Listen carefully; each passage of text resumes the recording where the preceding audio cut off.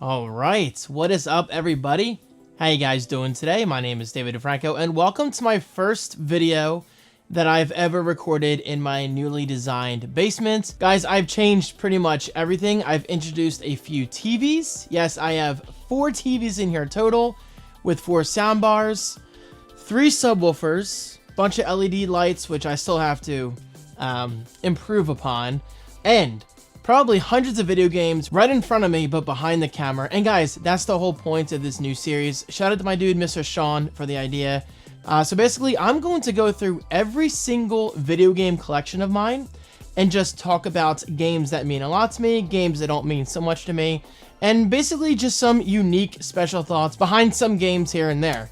Because obviously, with me being a gamer since I was just a little kid, literally this small, okay, fine, not that small, but guys, I've been a gamer since the beginning. I've been a gamer for as long as I can actually remember, and I'm going to be a gamer until the day I die.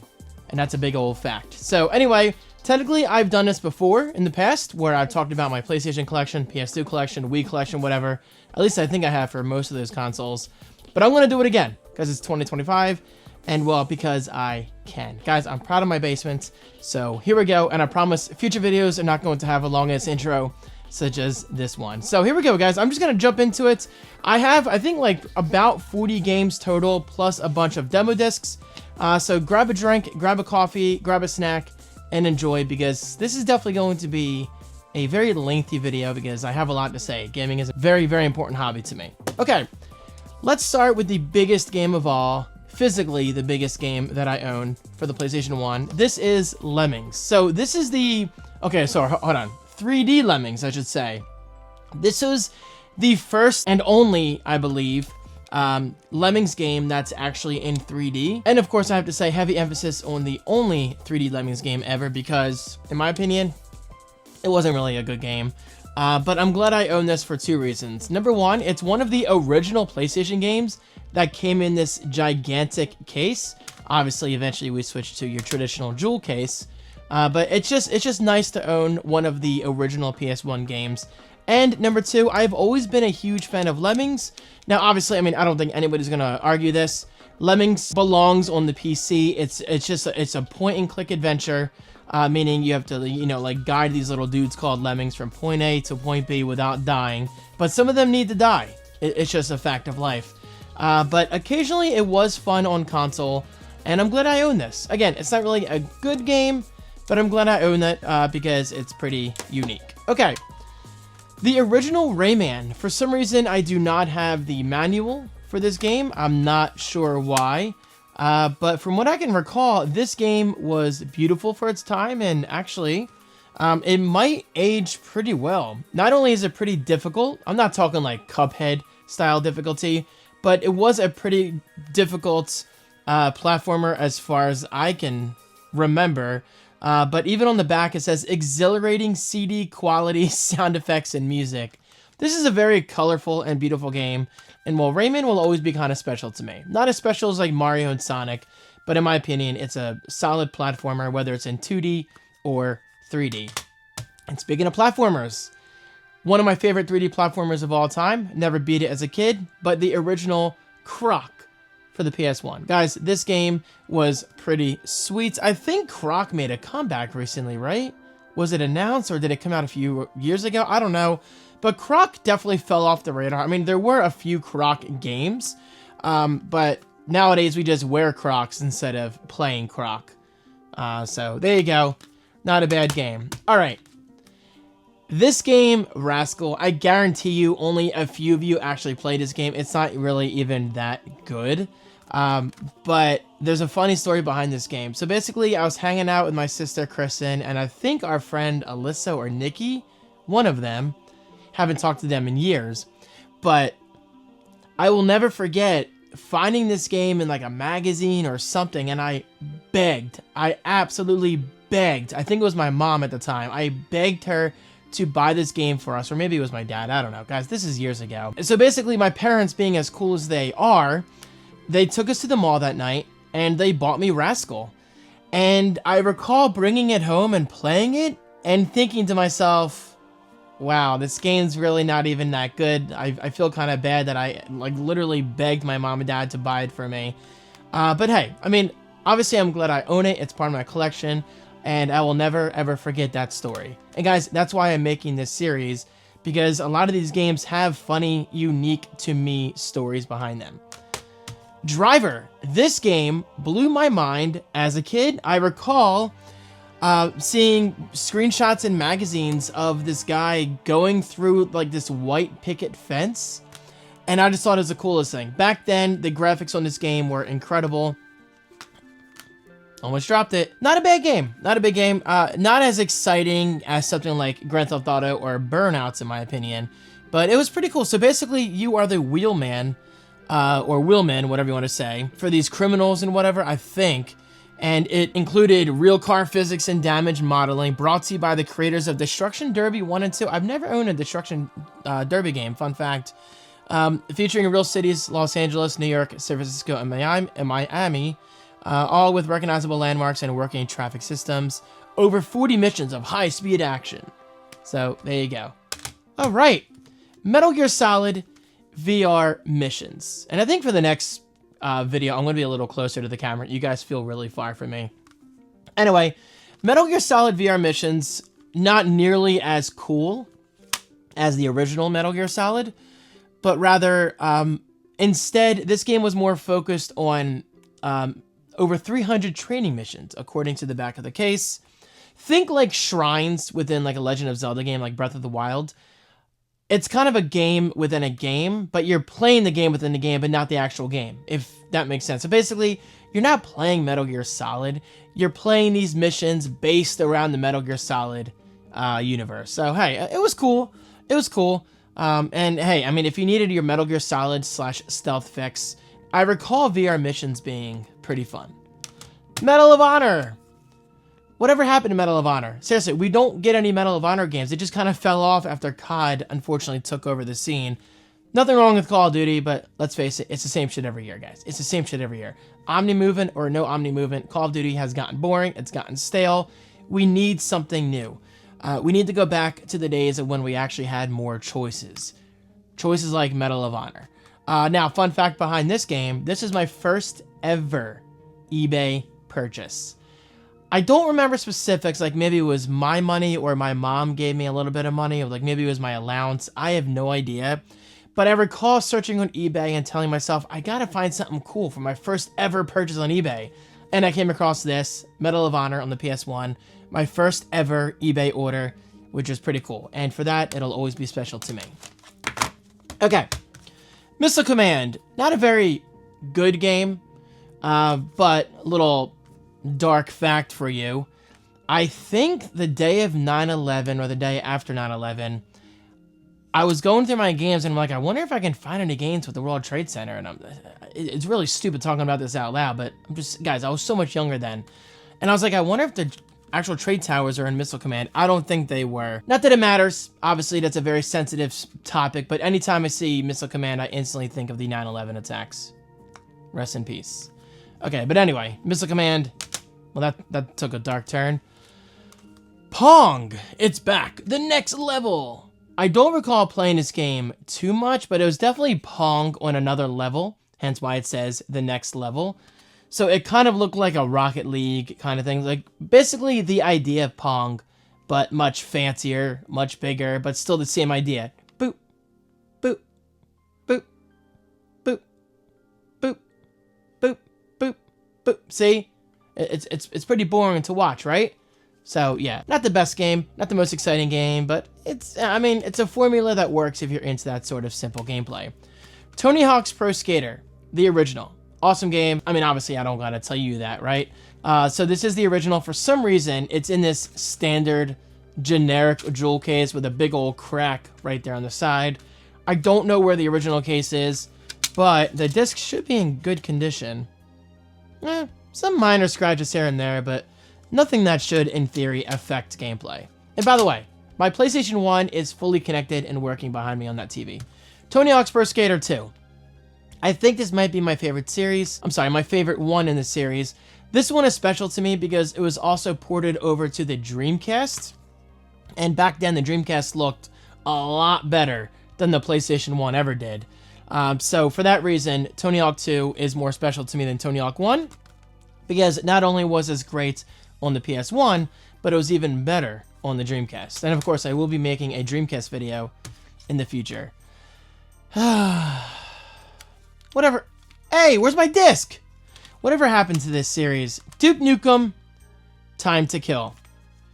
Guys, let's be honest, as a younger David, I would always look forward to the scene or scenes where you'd come across a random stripper and you get to throw money at her. Because what kind of teenage boy doesn't want to do that, right? But seriously, what the hell happened to Duke Nukem? What happened to him? And yes, the whole Duke Nukem Forever, it's kind of a meme now. That game literally took forever to come out and it wasn't even that good. So Duke Nukem needs to make a good comeback. Seriously, just hand it over to a good studio. A studio with a good reputation behind its brand. And just give us a good Duke Nukem game. It can't be that hard. You gotta believe. Parappa the Rapper, the original Parappa the Rapper. One of my favorite rhythm-based music games of all time. Guys, I love this game. So good. So good. And I even have the Parappa the Rapper hat that he famously wears. And it's upstairs in my closet somewhere. But yeah, Parappa the Rapper will always be a favorite game of mine. The music was great. The characters were funny. The cutscenes were hilarious. It was just an overall great game. And unfortunately, there has been a massive decline in music and rhythm-based games over the years. I have no idea why. Seriously, whatever happened to Dance Dance Revolution and games like Parappa the Rapper? Nowadays, it's all Just Dance this and maybe like a random fitness game here and there. We don't want that.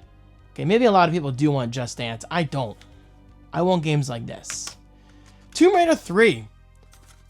Again, a game without the manual and the official disc. I'm sorry, the official case. I'm not sure. Part of me thinks this isn't mine because I don't recall buying Tomb Raider 3 or getting it for Christmas or anything. Maybe a friend let me borrow this in this case for whatever reason, and I just never gave it back. I'm not sure. I kind of recall enjoying this game, but me personally, I'm a much bigger fan of the newer games in the Tomb Raider series because they're just mechanically, you know, much improved and they look better, and in my opinion, they just play better. But hey, for the time, the Tomb Raider games looked great. And fun fact, I own the original Tater Tots! The original Tomb Raider on Sega Saturn. Okay. I bet you many of you don't have this. Many of you, when you think Grand Theft Auto, you think GTA 3, GTA 4, you know, Vice City, San Andreas. Guys, I was there since the beginning. This is the original Grand Theft Auto. And guys, this is why I'm making videos like this, because I am so thankful to be old enough, dare I say, to have lived through the rebirth of gaming since the NES days, since, you know, Atari and ET pretty much killed everything. But guys, I have the original Grand Theft Auto. I mean, I'm not gonna lie though. I mean, obviously I'm glad I own this and it's Black Label, but it's not very fun. It's top down. It's not nearly as enjoyable as Grand Theft Auto 3, and obviously we'll be talking about that in a future video. And speaking of GTA, this is Grand Theft Auto Mission Pack number 1. This is an expansion pack, London 1969. As you can see, the jewel cases just stayed together so well over the years. This is the expansion pack. I recall not playing it all that much because, well, if you don't enjoy top-down gameplay, then you're probably not going to like this one that much. But, like I said before, I'm thankful enough to own this game, or this expansion pack, rather. We are still going. Test Drive 5. I literally bought this game at GameStop, or my dad bought it for me, I'm not sure, because I recently, at the time, got my first ever DualShock controller. Yes, fun fact for those youngins out there, vibration function was not always a thing in controllers. The first experience I ever had with a controller vibrating was the Rumble Pack on the N64, which was bundled in with Star Fox 64.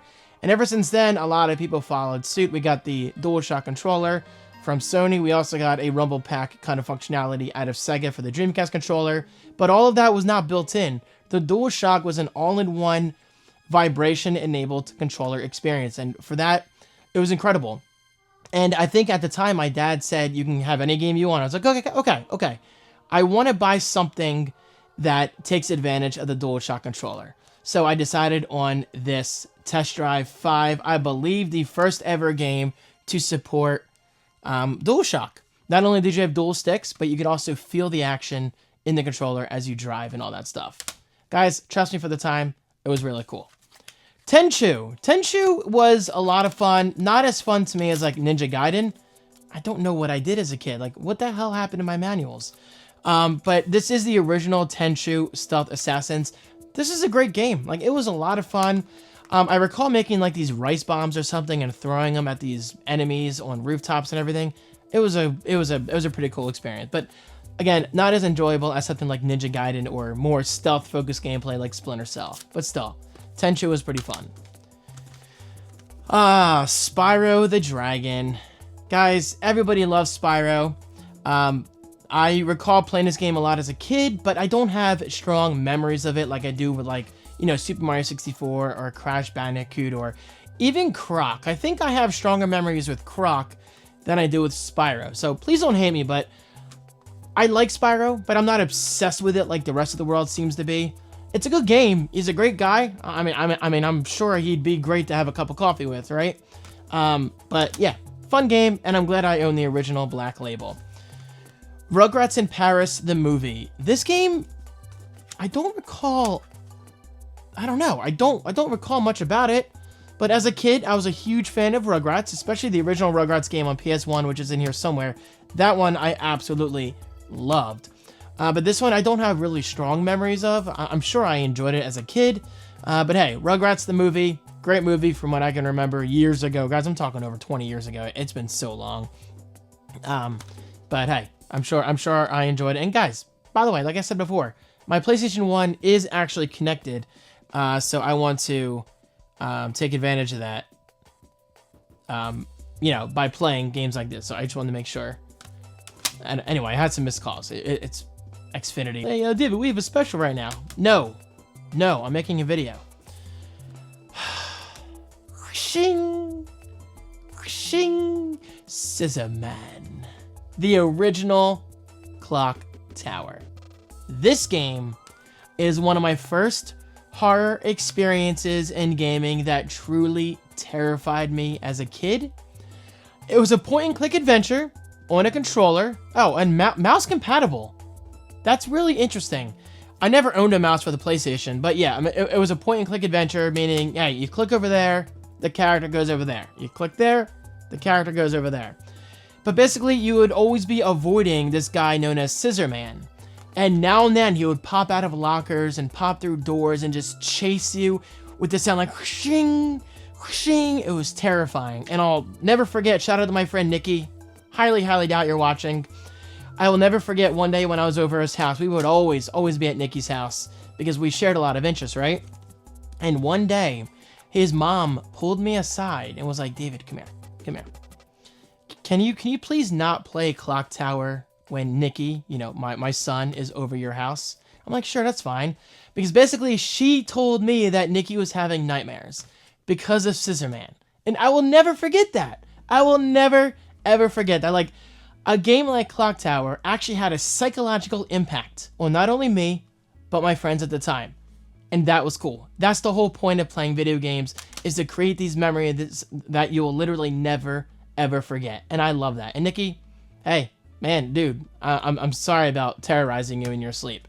It is what it is. That's life. All right. Going back to Rugrats for a moment, this game I recall absolutely loving. I used to play this with my sister Kristen all the time. We loved Rugrats. The search for Reptar, escape from an alien ship, be a part of Angelica's backyard circus, save Chucky from a wild goose. I think I recall that. Search the tunnels with Spike, play a round of miniature golf. We loved the mini golf game on this game, and stomp around town as Reptar. This game was awesome.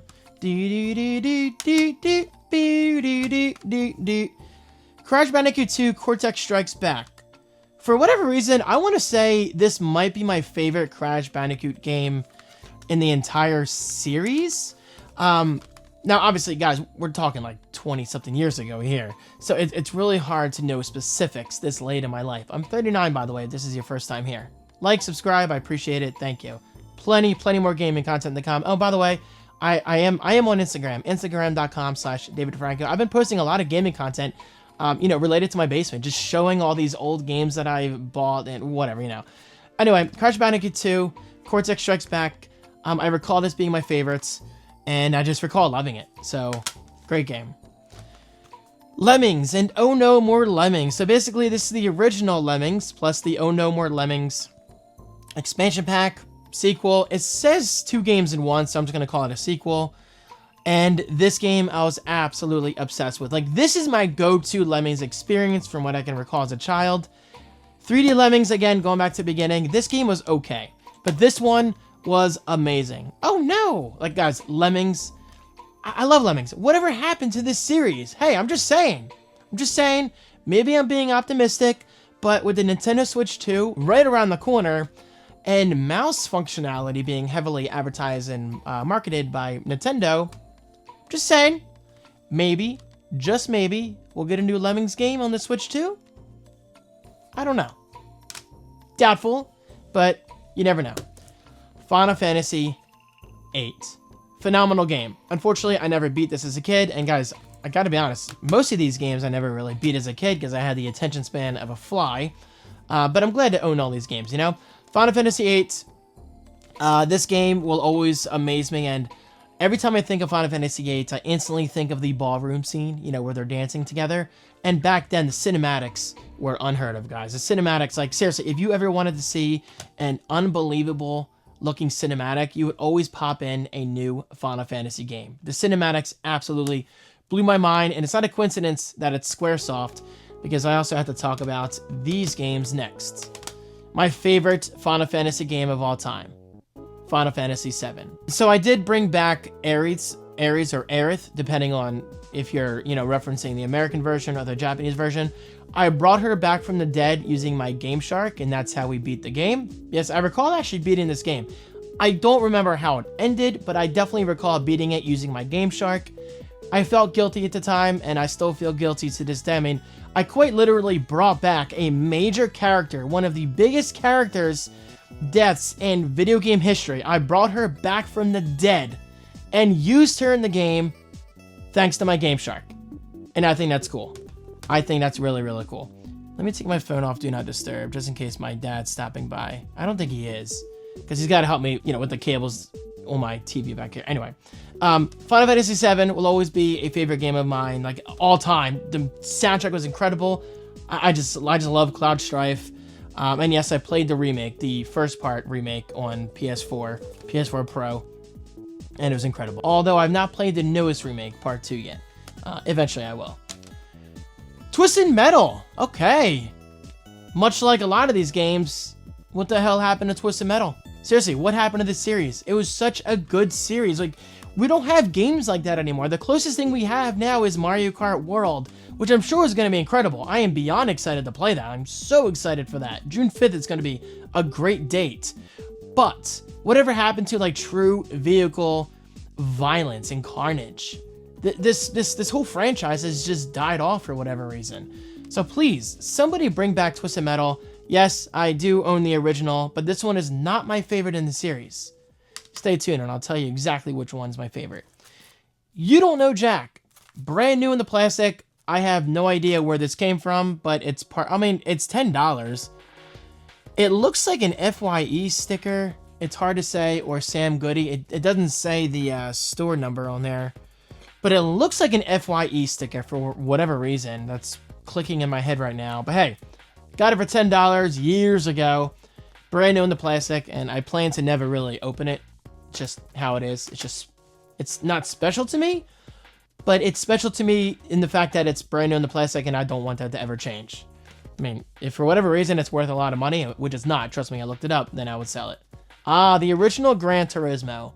For some reason, I don't have the original Black Label version. I have the Greatest Hits version, but I'm glad I own it because Gran Turismo, still to this day, is a huge game.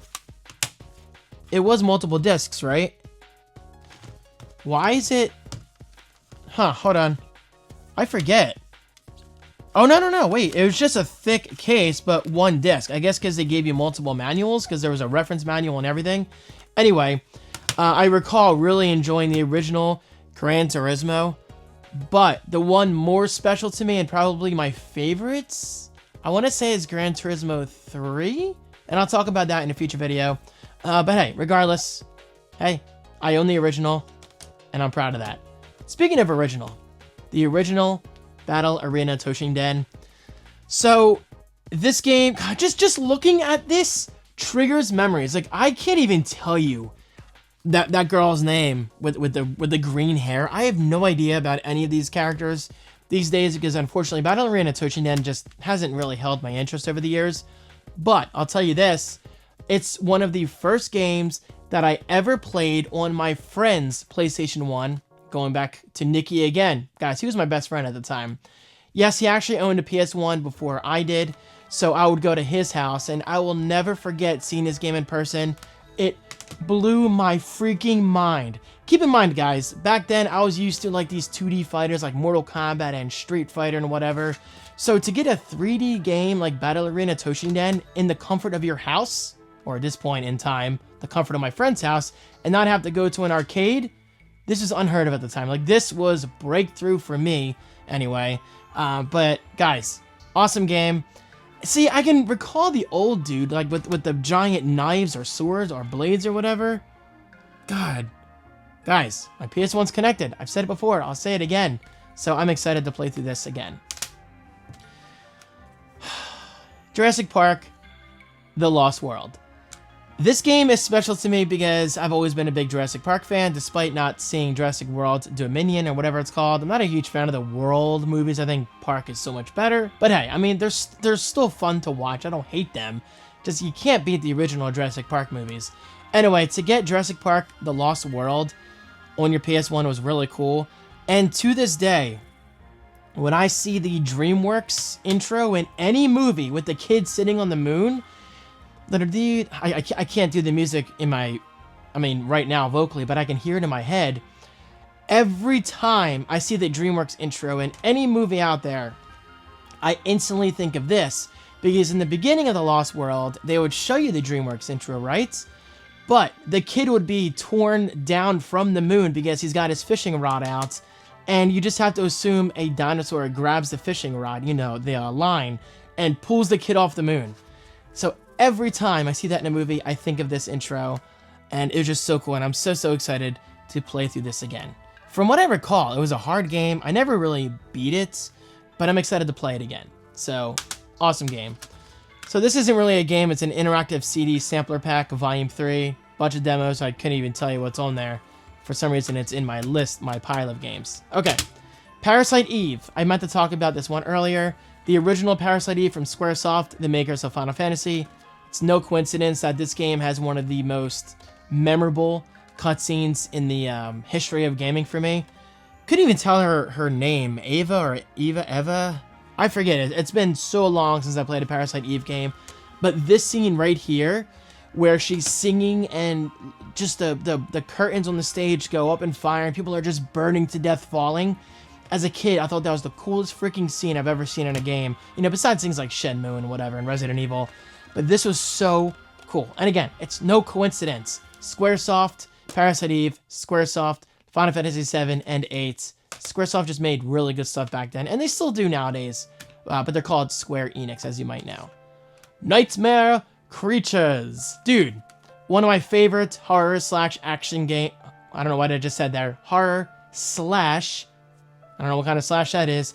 Action game for the PS1. It was so cool. It was so cool. I mean, it was mostly action, but now and then I think there was a jump scare. Playing this today, you'd probably be like, this game's really ugly. But hey, listen. As a kid, I loved this game. And for me, it's more about memories. It's not about the game being good or, you know, standing the test of time or whatever. Resident Evil Director's Cut. This game is awesome. Getting alerts at my front door. Just want to make sure no one's here. Resident Evil Director's Cut for PS1. Awesome. So this is not my favorite Resident Evil, but I'm going to quickly move past that one because I want to talk about this right now. Resident Evil 2. My favorite Resident Evil game of all time. For whatever reason, I have the Greatest Hits Edition and not the original Black Label, but I will say the remake that I have, I think on PC or PS5? 4? I forget how I played the Resident Evil 2 remake. Oh, I think I played it on... I don't know. Either way. Guys, I beat it twice. I beat the remake twice. Once as Leon, once as Claire, and I did the same thing as a kid. Back in my day, guys, it was incredible. Incredible to play through the same story twice, but from the perspective of a different character, and just seeing how the stories aligned, then branched off, then aligned, branched off. And guys, it was a really cool experience. And Resident Evil 2, for that reason, will always be my favorite Resident Evil of all time. Next to Resident Evil 7. Now that's a really good game. Everything's fine. Everything is fine. That was guaranteed to happen at some point. Everything is okay. That scared the crap. They're fine. They're fine. It's not like it was a hard fall. It was a loud fall, but it wasn't a hard fall. Okay, after that embarrassing moment, Micro Machines V3. This game I recall really enjoying as a kid, but there's one special purpose behind this game. I will never forget my grandpa at the time. Rest in peace. What's up? He would always bring donuts from Dunkin' Donuts. He was just a great guy, you know? But there's one memory, you know, that I'll never forget. We went to the mall one day, and he wanted to buy me a game. Like, he just wanted to buy me something, because that's what grandparents do, right? And I couldn't decide. I'm like, okay, I'll decide on Micro Machines V3. I went home, I played it, I loved it, guys. I loved it. I haven't played it probably since then, but I would not mind trying to revisit this. I say trying, as I don't know if I'm going to love it as much as I did back in the day, but I'm glad I own this, because this is the last thing that my grandpa ever bought me, at least based on what I can remember. We're going to end on a high note. Tiger Woods 99. This is not what I'm ending on a high note, but yeah, I'm not a Tiger Woods fan at all. Like, I don't hate the guy. I'm just not a Tiger Woods fan. I'm just not into, like, actual golf. Like, if I'm golfing, then I'm mini golfing, whether it's in real life or a video game. I'm just not into, like, actual golf. I just find it boring. It's not for me. But I gotta say, I don't know where this came from. I'm not sure if a friend let me borrow this one day, or it came bundled with something, maybe on eBay. I have no idea where this came from. No idea. But I have it with no manual, and it's here. Okay, let's end on a high note. Well, hold on. Let me put that aside. Let me go through these real quick. I have a bunch of random demo discs. So, PlayStation Underground. Remember these guys? These are great. Oh, Dino Crisis. Yes, I own Dino Crisis, but for some reason, I don't have the game case. Dino Crisis, think like Resident Evil, but with dinosaurs. And it was a big deal for its time, so very cool. I'll put that in some kind of empty jewel case that I'm sure I have sitting around the basement somewhere. This is one of my first ever interactive discs. Oh, I have two. Interactive CD sampler pack. So apparently I have two of these.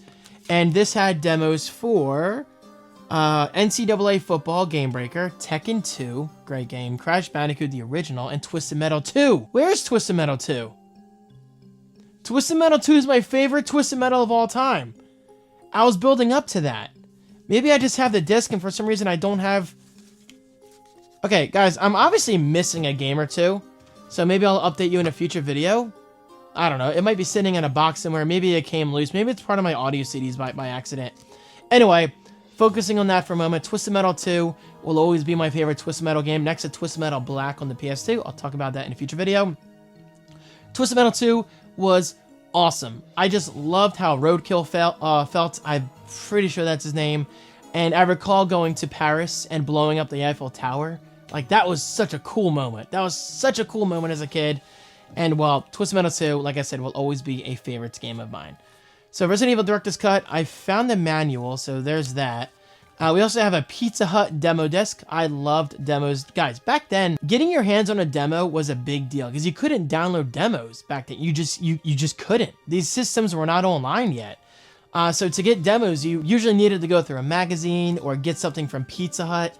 And that's just what I did. I got this from Pizza Hut. And while it had demos for the next Tetris, Tomb Raider, The Last Revelation, Sledstorm, I actually recall that, and Spyro, Ripto's Rage, and Gran Turismo 2.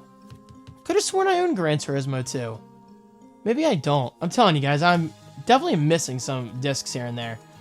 I don't know. They're probably somewhere. But hey, I mean, this is like 98 to 99% of my collection. Busted Groove, a demo. So very cool from 989 Studios. I don't think they're around anymore. And Castlevania Symphony of the Night Limited Edition. I actually had, I think, the original game for this, Castlevania Symphony of the Night. And I believe I sold it on eBay for some good money. Oh, guys, by the way, keep in mind, I have sold a few games here and there. I'm not going to lie. I mean, like, if I have a rare game and it's worth money and it doesn't really mean a lot to me, then I'll sell it. Who cares? For example, I sold Clock Tower, I think Clock Tower 2 or Clock Tower 3, one of them. It was worth like $100 to $200. And Clock Tower 2, for whatever reason, never really clicked with me like Clock Tower 1 did. And for that reason alone, I will never, ever get rid of or sell this game. Because most of these games have meaning to me. But sometimes I'll come across a game worth like $100 or $200 and it means nothing to me. I'm like, okay, fine, I'll sell it. Who cares? Money is money. But yeah, for the most part, I've kept like 99% of my games. Anyway, ending on a game that I'm glad I have not misplaced like I did Twisted Metal 2. Jesus Christmas. Why is Daytona USA for the Sega Saturn in here? I will move that. Alright, Jumping Flash 2. Much like Battle Arena Toshinden, this is one of my first ever experiences on the PlayStation 1. And it blew my mind. Like, this is one of my first... Actually, this might be my first true ever 3D experience on the PlayStation 1. And it was so awesome. It was so much fun. It was so ahead of its time. I'm telling you guys, 3D gaming back then was not the norm. I'm going to sound old and like a boomer when I say this. Don't take what you have today for granted. Like, gaming has come a long way. And guys, let me tell you, Jumping Flash 2, it just absolutely blew my mind. It was a true 3D game. You could go so high in the air, see the entire world, come slamming down, shoot these weird creatures with this gun. I don't even know what the point of it was. I mean, I would never really focus on the objective. I would just kind of explore and go on these tracks that look like roller coasters and whatever. So much fun. And by the way, I'm sorry I'm not showing any gameplay in these videos. These are meant to be like very raw, you know, the creative one style videos where I just sit and talk to you guys as if you're in the room. What do we got? 38 minutes? All right, well, with a little bit of editing, we'll get that down a little bit. Guys, thank you so much for watching. I just realized, where's Resident Evil 3? You know what? I think I sold Resident Evil 3 for a good amount of money. Great game. Nemesis was great, but it didn't mean nearly as much to me as Resident Evil 2. So going back to what I said, I would never ever sell something like Resident Evil 2. But that still doesn't answer the question. Whatever happened to Twisted Metal 2? It's my favorite Twisted Metal game of all time. So why is it not here? It's somewhere. You know, I mean, that's all that matters. It's somewhere in my house, and obviously I'll do my best to find it. Actually, hold on. 1 second. Fun fact for you. I will never forget, one morning, I think it was Saturday morning, I was playing outside with my friends, and we were using sidewalk chalk on the street. We were obsessed with sidewalk chalk. We would make these giant like tracks and paths and words and pictures and whatever. And I'll never forget, one day my mom yelled out the window. I was like, David, we just got a call from GameStop. You won a PlayStation. So that night before at GameStop, I put my name in a drawing just to win a PlayStation. And I'll never forget, I got Madden, oh my god. I got Madden 98. Where's that? Where's Madden 98? Anyway, that also included a demo of the original Resident Evil. No, Resident Evil 2. Yeah, it came with a demo for Resident Evil 2. I don't even know where that is. I'm telling you guys, I'm missing a few games here and there. And well, anyway, long story short, I actually won this PlayStation. This is not my original. My OG PlayStation 1 is back there. It's connected. I know I said that a few times already, but this is another PlayStation 1 that I won. But fun fact for you, another fun fact, this was not brand new at the time, meaning I'll never forget, I won a used PlayStation 1. Now, thankfully, it worked fine, but I always found it funny how they gave me a used PS1 and not a brand new PS1.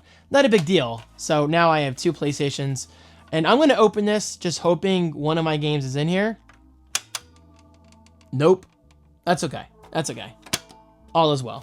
Anyway, guys, thank you so much for watching. If there's any games here that I'm missing, I mean, games that I don't already own and games that I can't find, and basically games that you think I should add to my collection and that are not insanely expensive, let me know in the comment section right below. This is a very, very long video. My camera says nearly 42 minutes. But guys, this is what it's all about. This is why I completely renovated my basement. Because I'm just, guys, I'm a gamer at heart. I'm a gamer at heart. Yeah, sure, I have not, finished most of these games, but I think that can be said for most of us, right? Because back then I had the, attention span of a fly. And even today, I mean, I have no shame in saying this. I probably don't beat most of my games, like, unless I'm absolutely, like, really, really into that game, like The Last of Us and whatever, and Halo. But anyway, guys, let me know. I hope you enjoyed this video. What are your thoughts? Is this a good collection? Is it bad? What am I missing? Or what should I not own? Such as this, 3D Lemmings. Not a great game, but I'm glad I own it because it's the only oversized PlayStation game that I have in my collection. Thank you guys so much for watching. Happy gaming, and please don't forget to follow me on Instagram right below because I'll be posting a ton of videos about these very games. So, I'll see you there. Thanks for watching.